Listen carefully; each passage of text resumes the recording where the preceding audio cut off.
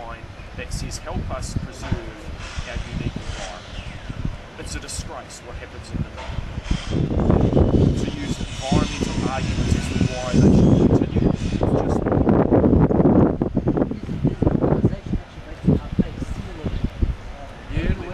yeah, there's a guy, Hugo Francois, that's at Cape Town here, who's been working on the seal issue for a number of years in Namibia, and we'll be meeting with him while we're here to get his perspective on things. It's an example where often there's some local people or people nearby who are busy working on the problem. He met with their Prime Minister a year ago, but at the moment it's another example where Namibia is hoping to just keep this kind of under the radar. They carry on. They do employ about 150 people in this, but to be culling this year 90,000 seals are going to be culled for the sake of shoes and clothes in China. I just don't think we should be doing that sort of thing. Maybe 100 years ago it was acceptable. Not today. Apparently there's a Turkish businessman. There's a Turkish businessman. There's a Turkish. And remember to say it's from July.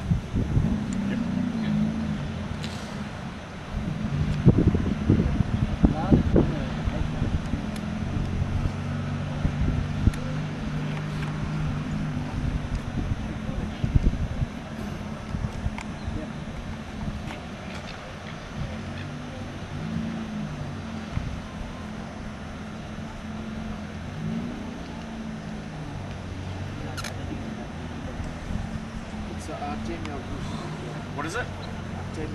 Artemiavus. I think that's how you pronounce it. Artemiavus. Okay, good. Alright. There's a Turkish businessman called Artemiavus, and he controls 90% of the world's seal pelt business. And he takes, I think, all of the seal pelts from Namibia. They get processed, maybe in Australia, maybe in Turkey, I'm not sure. And then they end up in China to make fancy clothes and purses and shoes. But in this day and age, to be killing 90,000 seals for the sake of 150 jobs, I don't think it's on. I think it's time to do this thing. South Africa's main issues do you think need to be addressed? Look, Got an office here in Cape Town. South Africa is actually doing a reasonable job on their fisheries here. I think there are foreign vessels that do sneak in here, but I think mostly you guys are onto it. If I get asked to help out on a campaign in South Africa, we'll look at it. But at the moment, when I look at Africa, the countries north of you have much more pressing issues than you guys have. And being placed in Cape Town is a good spot. Oh, look, you know, we were determined to be based in South Africa. It's an easy place to do business. It is possible to raise funds here. There's good support for marine hardware and boats and things like that. So, you know, Cape Town is going to become our sort of hub of operations for Africa. Do me a favour, just watch your leg gets in the rope. They had a little bit of disturbance. Okay. So just for safety, just answer that one again if you don't mind. Yeah, look, Cape Town will become our hub of activity for Africa. It's a good city to be based. It's got good resources, good marine hardware, easy to access technology, good people for volunteers to run operations. So, you know, this is our, I guess, our heart of operations for Africa. Last point. Trinidad, that was quite a significant place that you guys were. Yeah, Trinidad was our first campaign when we ran as Earthquakes, and they've got some issues there regarding turtles. They promote themselves as the capital of turtle watching around the world, and they have thousands of leatherbacks turn up to these. Now these are a prehistoric turtle, up to 1,000 pounds, lumbering up this beach to nest.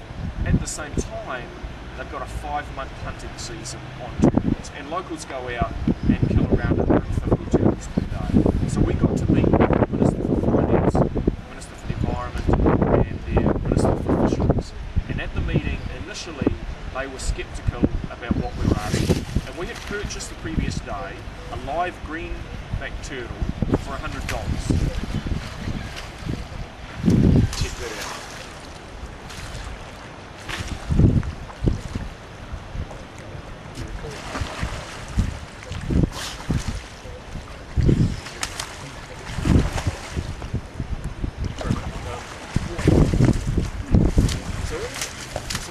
had. I'll just read it. Is that okay? Yeah, no, Rick, did you get it? From you, what? No, because we're just going to look at it. Well, yeah, You got that checked out. yeah, okay. See if it's coming out. I was going to do it, they'll still be around. That was pretty cool, eh? Was it ribbon test on or something? I think so. The skin, mate, I think. We've got some fleck fish, yeah. He looked pretty happy anyway.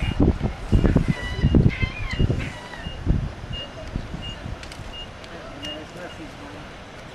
Now, you know what, where they fleck the fish there all the time. Yeah, there's what? Hinge out on that stick right in the corner. And all the guys feeding. Yeah, right there, yeah, bro. Jesus, fat. Oh, yeah, he's going to be the doom too. He's out on the stick. Yeah, yeah. He just gets all off. Okay. I guess that's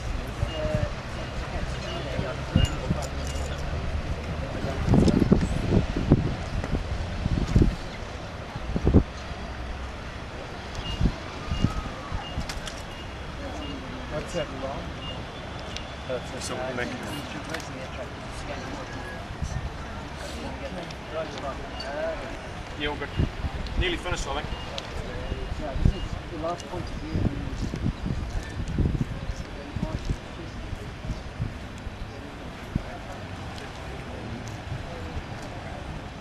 Can I go? Trinidad. Trinidad was the first campaign we ran as Earthworms, and the challenge there was to stop them from hunting turtles. So we met with the Minister for Fisheries and the Minister for Environment, and we basically presented the case that Trinidad cannot present itself as the capital of turtle watching around the globe, and at the same time be hunting and killing these turtles.